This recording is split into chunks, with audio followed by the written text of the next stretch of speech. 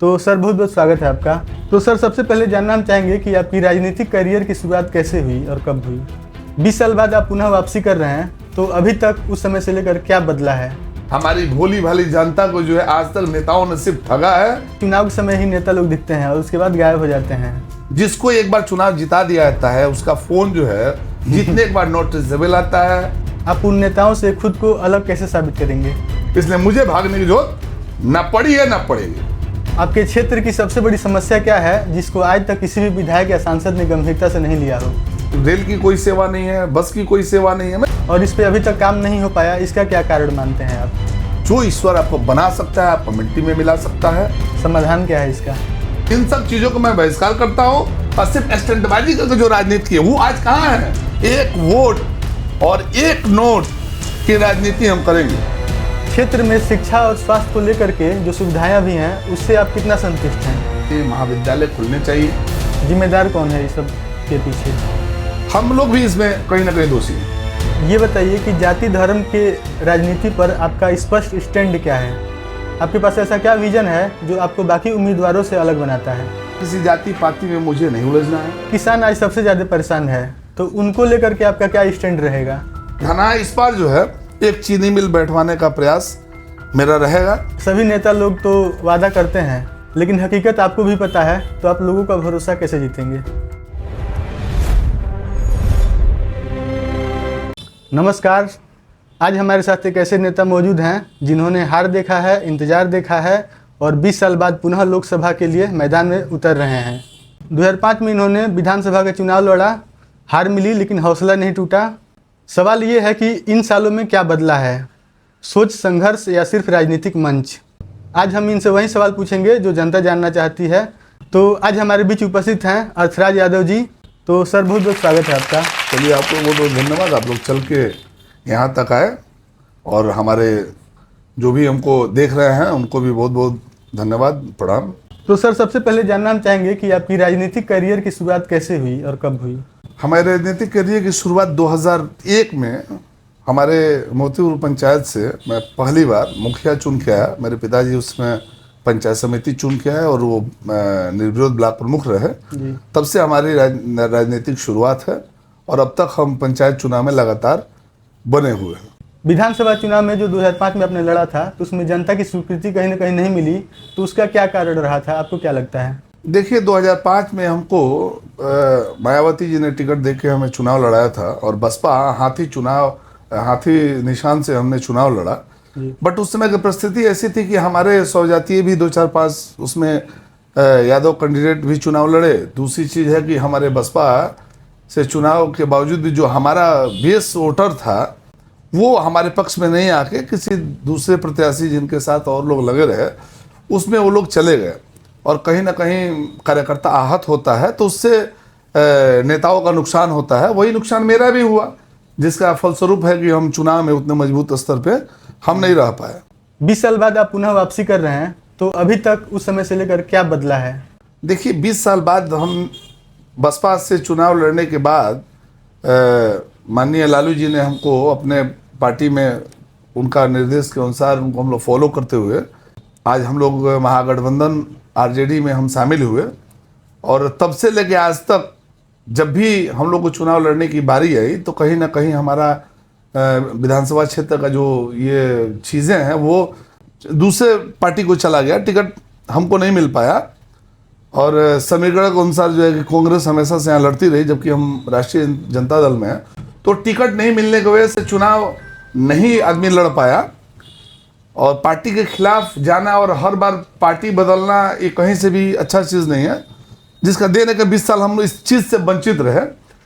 लेकिन इन 20 सालों में जो बदलाव है वो देखने को मिला कि जो भी लोग को मौका मिला, जो भी जनप्रतिनिधि, जो भी विधायक या जो भी लोकसभा प्रत्याशी जो जीत के आज तक काम कर रहे हैं, उनका कोई ऐसा काम नहीं रहा जिसको देखते हुए हम लोग या तो ना लड़ें या फिर इस चीज़ से हम लोग हट जाएं। सारी स्थिति परिस्थिति को देखते हुए अब लग रहा है कि हम लोग का चुनाव मैदान में आना बहुत जरूरी है और कोई ऐसा छवि और कोई ऐसा कृत्य इन नेताओं में मुझे नहीं दिख रहा है जो होना चाहिए।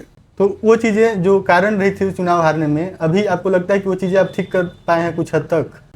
देखिए 20 साल अगर चुनाव से अगर बाहर रहने के बावजूद अगर 20 सालों तक हमारा सबसे व्यक्तिगत जो संबंध है, जो लगाव है, हर वर्ग में जो मेरा पकड़ है और हर वर्ग को लेकर चलने की जो मादा मेरे अंदर है, मुझे लगता है कि इस बार सबका सहमति भी मिल रहा है और सबका निर्देश और कहीं ना कहीं सहयोग हमको मिल रहा है, जिससे कि मुझे लगता है कि इस बार जनता हमको कहीं से भी छोड़ने की स्थिति में नहीं है। उस हार के बाद आपने राजनीति में बने रहने का निर्णय क्यों लिया? पद के लिए या किसी विशेष उद्देश्य के लिए? देखिए, हार जीत राजनीति में तो लगा रहता है, लेकिन समय पे निखार भी आता है, समय में बदलाव भी आता है और जनता जनार्दन है, ईश्वर का रूप है। बनना और बिगड़ना मेरे हाथ में नहीं है। अगर हर किसी भी नेता के बस में रहता कि खुद हम चुनाव जीत लेंगे तो माथे पे ये वोट का पेटी और ईवीएम लेके घूमता कि मैं चुनाव जीत गया हूं। भाई, जनता को वोट देना है। जनता जब परेशान होती है, जनता जब सारे नेताओं में उथल पुथल होता है, तब जनता की नजर में आता है कि कौन किस लायक है। मैं 20 साल लगातार संघर्ष किया और मैं जानता हूं कि हमारी जनता बहुत भोली भाली है। हमारी भोली भाली जनता को जो है आज तक नेताओं ने सिर्फ ठगा है, उनके भावनाओं के साथ खेला है। और मैं चाहता हूं कि इस बार जनता जो है नेता नहीं, अपना बेटा चुने, अपना भाई चुने। और मैं निश्चित तौर पे मैं कह सकता हूं कि मैं उस काबिल भी हूं कि मुझे कोई भी किसी के बीच में चला जाऊं उसको लगता नहीं है कि मैं नेता हूं। सब लोग अपने भाई और बंधु, अपने दोस्त और मित्र के जैसे मिलते हैं और सबका प्यार हमको ऐसे ही मिलता है। और 20 साल इसी बदौलत मैं टिका हुआ हूं और जो कमियां थी उसको ठीक करने के लिए मैं बना हुआ हूं।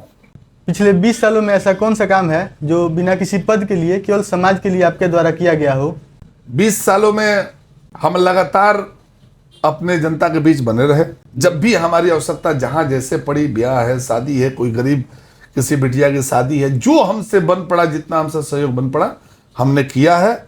और जहां हमारी जैसी स्थिति जरूरत पड़ी हम जनता के बीच रहे। इसलिए हम उस चीज़ के लिए काबिल भी हैं। लोग कहते हैं कि चुनाव के समय ही नेता लोग दिखते हैं और उसके बाद गायब हो जाते हैं, तो इसको आप अपने आप को कैसे अलग देखते हैं? सही मायने में हमने भी देखा है। और इस जो 20 सालों में जब चुनाव लड़ने के बाद 20 साल के अंदर जो भी कैंडिडेट आए, जो भी हमारे पार्टी या दल के लोग आए, हम लोगों ने चुनाव जिताया है और इसका दंश हम खुद भी झेले हैं।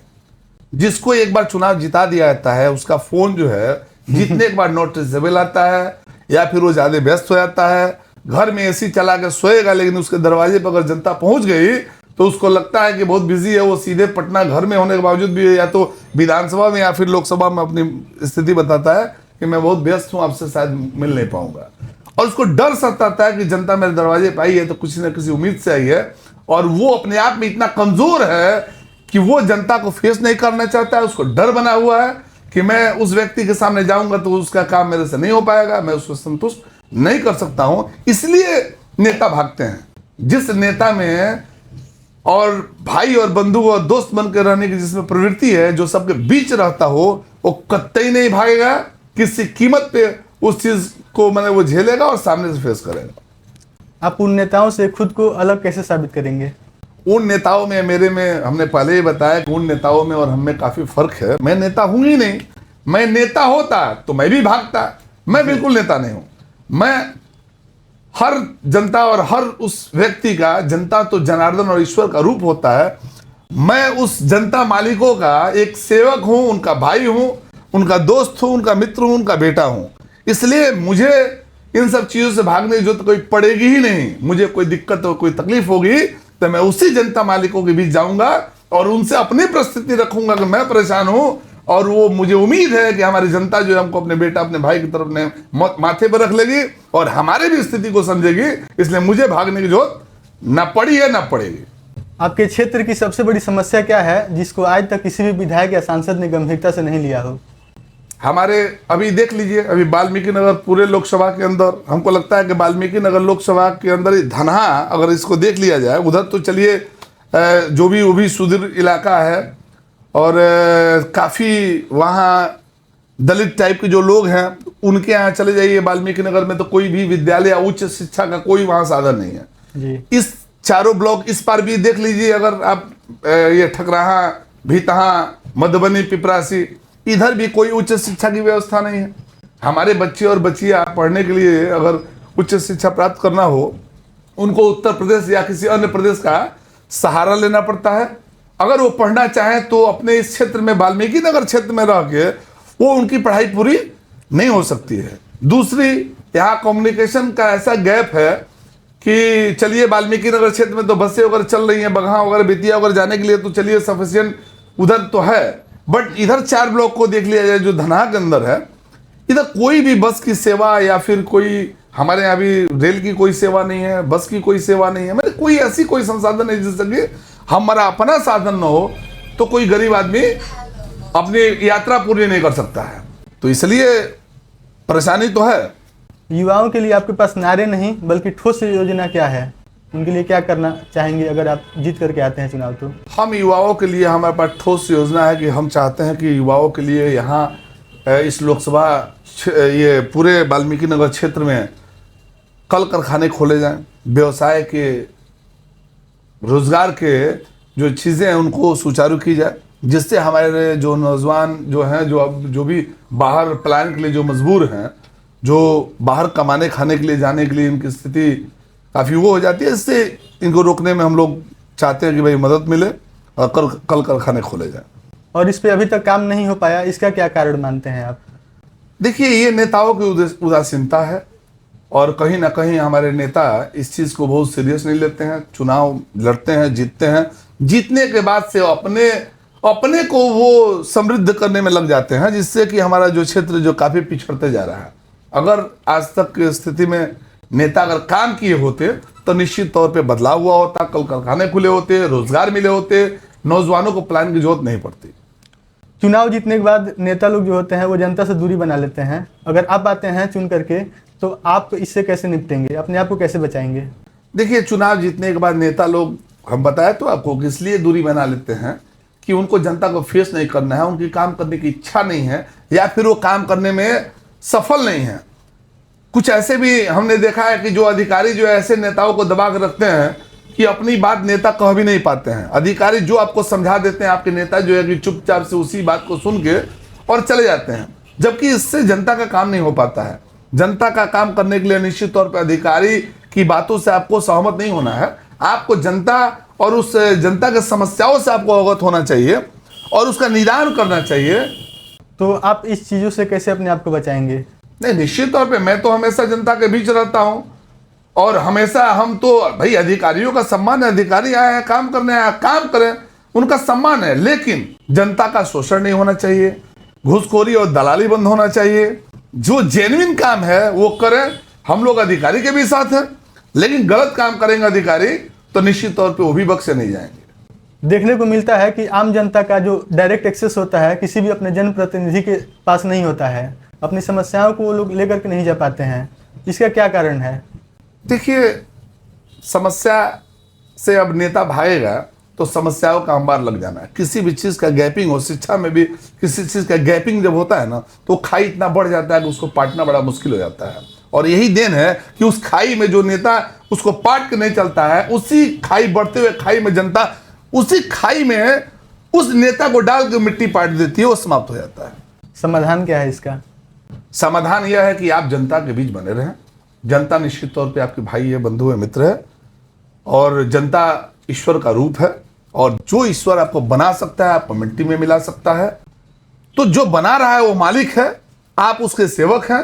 सेवा भावना आपके अंदर होना चाहिए और आप सेवा करते रहिए। जो बन पड़े वो करिए, जो नहीं बन पड़े वो उसी जनता मालिकों से आप कहिए कि हम क्या करें, उनसे विचार करिए। निश्चित अगर आप सक्षम हैं तो अच्छी बात है, अगर आप असक्षम होंगे तो वो जनता मालिक आप ही के कंधे पर, आप ही की पीठ पर हाथ रख, कहीं कोई बात नहीं, आपसे जो बन पड़ा आपने किया, जो नहीं हो पाया उसमें कोई बात नहीं, आपने जो किया वही बहुत है और जनता संतुष्ट रहती है। लेकिन नेता उसके पहले डर से भागे रहते हैं। ये जो डर है उनमें, ये डर ही उनको डुबा देता है। ये मेरे अंदर नहीं है। मैं कभी किसी कीमत पे जनता से भागने वालों में से नहीं हूं। जो भी होगा उसका डट के मुकाबला करूंगा और सारे जनता मालिकों के कदम से कदम और कंधा से कंधा मिला के ही चलूंगा। मेरा प्रश्न यही है कि जनता अपनी बातों को लेकर के कैसे पहुंचाए जनप्रतिनिधि के पास? अगर आप आते हैं तो इसका क्या समाधान निकालेंगे? कोई नहीं, जनता डायरेक्ट है, कोई भाया मीडिया नहीं, किसी भाया मीडिया की जरूरत नहीं है। और जो नेता भाई जीतने से पहले सबकी सुनता है और जीतने के बाद से उनके ये पीए टीए पता नहीं कौन कौन आ जाते हैं बीच में। इन सब चीजों को मैं बहिष्कार करता हूं। जनता सीधे संवाद करे, जनता सीधे उनसे आके मिल सकती है। हम लोग का खुला दरबार है, हम लोग कोई हम लोग राजा महाराजा नहीं है कि हमारे गेट पे कोई सिपाही होंगे, कुछ नहीं भाई। हम लोग का खुला दरवाजा है, जनता 12 बजे रात को आ सकती है। जिस समय भी हमको कोई बुलाएगा और हमारी आवश्यकता होगी, मैं निश्चित खड़ा रहूंगा, उनसे मिलूंगा, उनका समाधान करूंगा। इतने सालों से आप राजनीति में हैं और लोग इसे एक दलदल की तरह देखते हैं, क्या आपके मन में भी कभी ख्याल आया इसको छोड़ने का? देखिए, राजनीति वाकई कहा जाए तो दलदल है। इस जॉब में रहने के बावजूद भी मैं भी मानता हूं कि राजनीतिक जॉब सबसे गंदा जॉब है और कहीं ना कहीं हम नेता इसमें जिम्मेदार हैं। हम लोग ऐसा माहौल बनाकर रखे हुए हैं कि राजनीति को लोग दलदल समझता है और कीचड़ का ढेर समझता है। लेकिन अगर किसी कीचड़ को साफ करना है तो मेरा मानना है कि उस कीचड़ में उतरना पड़ेगा, उसको साफ करना पड़ेगा, तभी उसकी सफाई हो सकती है। मैं उस दलदल, उस कीचड़ को साफ करने के लिए प्रतिज्ञाबद्ध हूं कि बहुत हुआ, बहुत झेला गया, अब नहीं, हम जनता के बीच जाएंगे। आपके विरोधी कहते हैं कि जमीनी स्तर पे आप उतना मजबूत नहीं दिखते हैं, इसका क्या कारण आपको लगता है? देखिए, जमीनी स्तर पे कोई मजबूत होता ही नहीं है। कहां कोई मजबूत है? मजबूत तो जनता है, जो मालिक है वो मजबूत है। हम तो एक अकेला है, सिंगल है। हमारी मजबूती आपसे है, जनता से है। जनता जिधर उसकी नजर घूम गई, समझिए कि ईश्वर का नजर घूम गया। ईश्वर जिसको चाहे बना दे, जिसको चाहे बिगाड़ दे। मैं कहां कमजोर हूं? कमजोर तो हमारी जनता की हुई है ना। और जिनको मजबूत की वो आज कहां है? जिनको लोगों ने मौका दिया 3-3, 4-4 बार, जो लोग विधायक रहे, जो सिर्फ सगुफा और सिर्फ स्टंटबाजी करके जो राजनीति की, वो आज कहां है? वो आज तो कहीं नहीं है ना। 20 साल से तो हम लोग वेट एंड वॉच में हैं। जनता हम लोग को परख रही है, समझ रही है। आज मैं उतर रहा हूं तो जनता का डिमांड है, उसी जनता मालिकों का कहीं ना कहीं आग्रह है, हमको आदेश है कि नहीं, आपको चुनाव में आना है। मैं उनके आदेश से ही चुनाव में आ रहा हूं, मेरी मर्जी नहीं है। जब तक उनकी मर्जी नहीं हुई तब भी हम भी वेट एंड वॉच में चुपचाप बैठे हुए थे। आज जनता का कहना है कि नहीं, आप हर हाल में चुनाव लड़े। बहुत इस 20 सालों में देखा गया, 20 सालों में आपको भी परखने का हम लोग को मौका मिला है। आप कहीं ना कहीं हम लोग उम्मीदों पे खरे उतरते हैं और हम लोग चाहते हैं कि आप किसी मामले में कमजोर हो, जनता तो हमको एक एक पैसा दे के, हमको चंदा लगा के चुनाव जिताने की स्थिति में लगी हुई है। हम अगर एक वोट और एक नोट की राजनीति हम करेंगे, निश्चित तौर पे उस जनता मालिकों से हमारी इच्छा होगी कि हम उसे एक नोट ले लेंगे और एक वोट ले लेंगे और उनका आशीर्वाद मिलेगा, मैं चुनाव जीतूंगा। हमारी जो तैयारी है मेरी नहीं है, वो जनता की तैयारी है और सब लोग मेरे लिए प्लानिंग कर रहे हैं। मुझे नहीं लगता है कि मैं कहीं से अब कमजोर हूं। पलायन आजकल की सबसे बड़ी समस्या है, तो अगर आप आते हैं तो इसका आपके पास क्या समाधान है? देखिए, पलायन की जहां तक बात है, हमारे यहाँ कल कारखाने नहीं होने की वजह से, रोजगार नहीं होने की वजह से पलायन रुक नहीं पा रही है। ये अभी जो मनरेगा वगैरह जो योजनाएं चल रही हैं, ये भी सिर्फ स्टंटबाजी रह गया है। किसी को भी मतलब कि मैंडेट क्लियर नहीं हो पा रहा है। बहुत सारी चीज़ें जो रोजगार के सृजन नहीं हो पा रहे हैं, युवा परेशान हैं, इसलिए वो बाहर पलायन के लिए मजबूर हैं। और हम लोग चाहते हैं, हमारी इच्छा है कि अगर हम चुन के आते हैं तो हमारा जो ये गन्ना की जो समस्या है, काफ़ी हम लोग इस चंपारण में गन्ना बहुल क्षेत्र है, सब लोग गन्ना बोते हैं, मनी क्रॉप के तौर पे देखा जाता है। तो हम चाहेंगे कि उधर तो चलिए बगहा तरफ, इधर तो चीनी मिले वगैरह हैं, काम चल जाता है। लेकिन धनहा में खास तौर से इस 4 प्रखंड के इधर हमारी सोच है कि हम किसी न किसी, तमाम ऐसे पूंजीपति हैं जो हम लोग के टच में है या फिर उनसे संबंध है, मैं चाहूँगा बातचीत करके एक पूरे इस धनहा के मिडिल में तमकुआ दौनहा जहाँ जगह मिल जाए, कहीं ना कहीं मैं चाहता हूँ कि एक चीनी मिल लगवाने का मैं प्रयास करूँगा और ईश्वर चाहेंगे तो उसमें सफलता भी मिलेगी। जनता हमको मजबूत करे, हम इस चीज़ को करेंगे। क्षेत्र में शिक्षा और स्वास्थ्य को लेकर के जो सुविधाएं भी हैं, उससे आप कितना संतुष्ट हैं? देखिए, शिक्षा के नाम पे तो एकदम बदहाली है। टीचर लोग भी आ रहे हैं, मनमानी तरीके से पठन पाठन का कार्य कर रहे हैं, बच्चे पढ़ नहीं पा रहे हैं। और उस पढ़ाई को, जो टीचर अध्यापक का मतलब होता है कि वो गुरु होता है, और गुरु जो है कि माँ बाप और सबसे ऊपर होता है।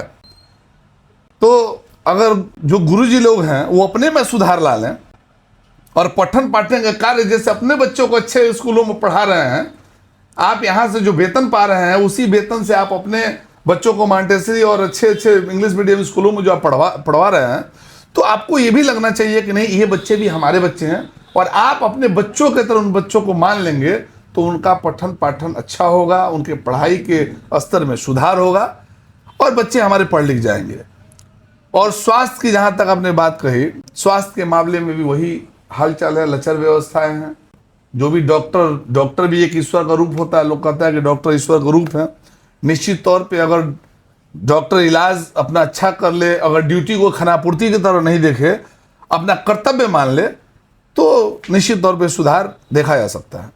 जिम्मेदार कौन है इस सब के पीछे? भाई इन सब चीज़ के पीछे मैं तो कुछ जनता को भी जिम्मेदार मानता हूँ, और नेता तो जिम्मेदार ही है। नेताओं को फुर्सत नहीं है, और जनता भी ऐसे ही लेमैन टाइप लोगों को चुन लेती है, जिसका देन है। हम तो इस मामले में हम अपने जनता मालिकों को दोषी ठहरा रहे हैं कि हमारे जनता मालिक जो है चुनाव के समय अच्छे व्यक्ति को चुनने के बजाय वो चंद जो है अपने लालच में या लोभ में आके गलती कर बैठते हैं। एक बार का बात हम लोग देखे हैं, सिराज साहब चुनाव लड़ रहे थे, रजवाड़ से लोग चुनाव लड़ रहे थे, तो जनता ने निर्णय लिया कि ठीक है, इनके पास धन संपत्ति है, खाओ पियो आराम से, लेकिन वोट मतदान सिराज साहब को ही करना है। तो लोगों ने नारा निकाला था कि दही चूरा राज के वोटवा सुराज के। भैया आप खाना है तो खा लो भैया, बट सही जगह मतदान करो। हम लोग भी इसमें कहीं ना कहीं दोषी हैं। अगर आप आते हैं तो शिक्षा, स्वास्थ्य और रोजगार, इन तीनों में से आप सबसे पहले किस में सुधार करेंगे? देखिए, निश्चित तौर पे शिक्षा में सुधार होना बहुत जरूरी है। बच्चों का पढ़ाई लिखाई बहुत जरूरी है। उच्च शिक्षा की व्यवस्था होना चाहिए, महाविद्यालय खुलने चाहिए, जो अब तक जो है कम से कम इस 4 प्रखंड के अंदर तो बिल्कुल नहीं है। उधर भी चले जाइए, जो 2 इलाके जो वाल्मीकि नगर क्षेत्र के जो भी सुदूर इलाके हैं, जो दलित बस्तियां हैं, वहाँ भी पठन पाठन की बड़ी किल्लत है, बहुत दिक्कत है भाई।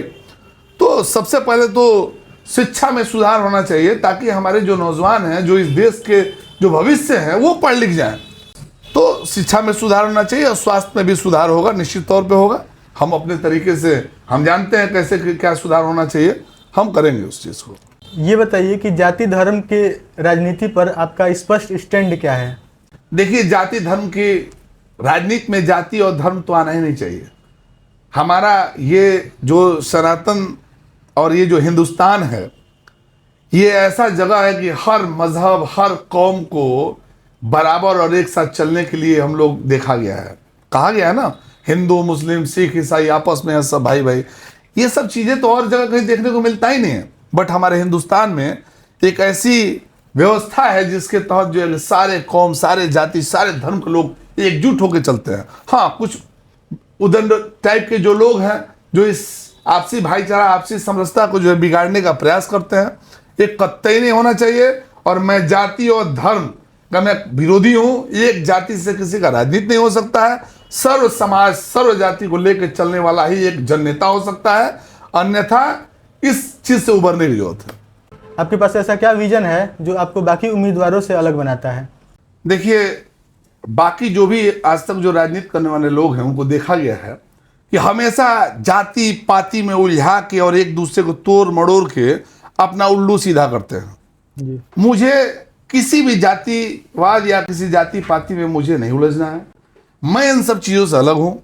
हर समाज, हर धर्म, हर जो है कि अपर कास्ट से लेके हर बैकवर्ड, हर दलित तबके को मैं लेकर चलने का प्रयास करता हूँ।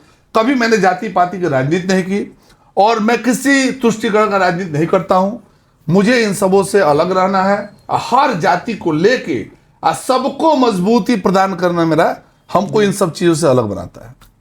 राजनीति में आने के बाद आपके निजी जीवन में सबसे बड़ा क्या त्याग करना पड़ा? भाई, राजनीति जीवन में आने के बाद से त्याग के हम लोग, जो त्याग नहीं कर पाएगा वो राजनीति कहाँ कर पाएगा।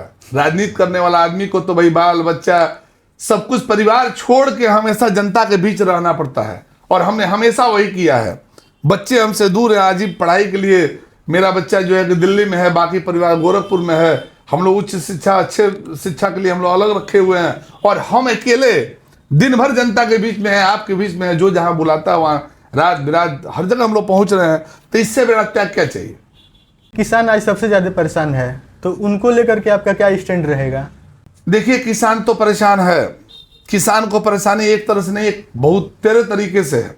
आज आप बताइए, गैस सिलेंडर के नाम पे सबसे ज्यादा क्या चीज चाहिए? भोजन चाहिए। तो आपको आग जलाना है, और आग जलाने के लिए आपको आज लकड़ी कहाँ से लाएंगे भाई? आप लकड़ी काटेंगे तो निश्चित तौर पे पर्यावरण जो है डिस्टर्ब होना है।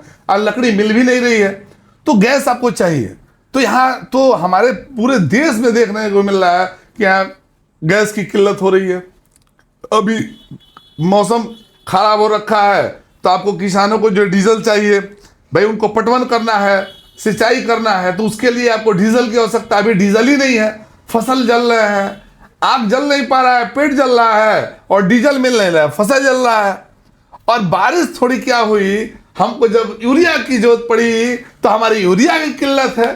तो यहां तो सब चीज की परेशानी ही है, कहां सफिशिएंट चीज को देखा जा रहा है। हर जगह परेशानी है और स्थिति बड़ी भयावह है। और पता नहीं ये सरकार और ये नेता कैसे इस चीज से मैंने जनता को बचा पाएंगे। हम इस चीज को लेकर काफी परेशान हैं। अगर जनता आपको चुनती है तो अपने क्षेत्र के लिए आपका फ्यूचर प्लान क्या रहेगा? देखिए, जनता अगर हमें चुनती है, को मौका देती है, अगर मैं चुन के आता हूं, तो निश्चित तौर सबसे पहला मेरा प्लान तो ये रहेगा कि एक जो गन्ना का जो समस्या है उसको खत्म करना चाहेंगे। और एक चीनी मिल इधर जो है कि बैठवाने का, मैंने, और जो चीनी मिल उस पार है तो उधर काम चल जा रहा है, बट धना इस पार जो है एक चीनी मिल बैठवाने का प्रयास मेरा रहेगा। बच्चों का पठन पाठन ठीक हो, उच्च विद्यालय बन जाए, कम्युनिकेशन जो गैप है, आने जाने का जो दिक्कत है, हर प्रखंड में हर जगहों से बसें चलवाने का मेरा वो रहेगा कि भाई बसें चले, सुविधाएं बढ़े।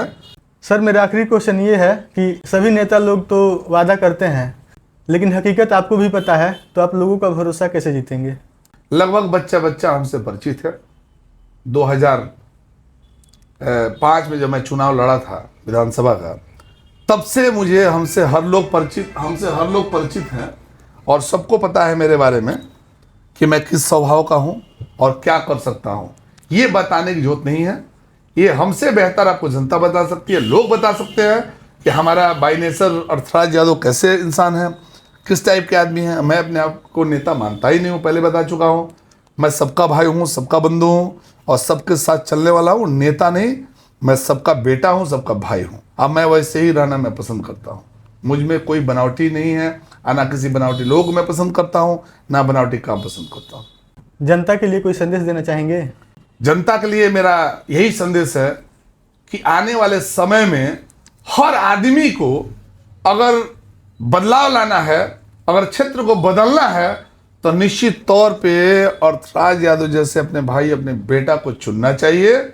और एक बार हमें मौका दे के देखें। मुझे उम्मीद है कि आप हमसे नाउम्मीद नहीं होंगे, और निश्चित तौर पे जो भी व्यवस्थाएं बिगड़ी हुई हैं, एक बार में मैं उसको ठीक करने का प्रयास नहीं, मेरा वादा है कि मैं ठीक करके दिखाऊंगा। तो बहुत बहुत धन्यवाद सर आपका, आपने अपना कीमती समय हमको दिया। चलिए, आप लोगों को भी बहुत बहुत धन्यवाद।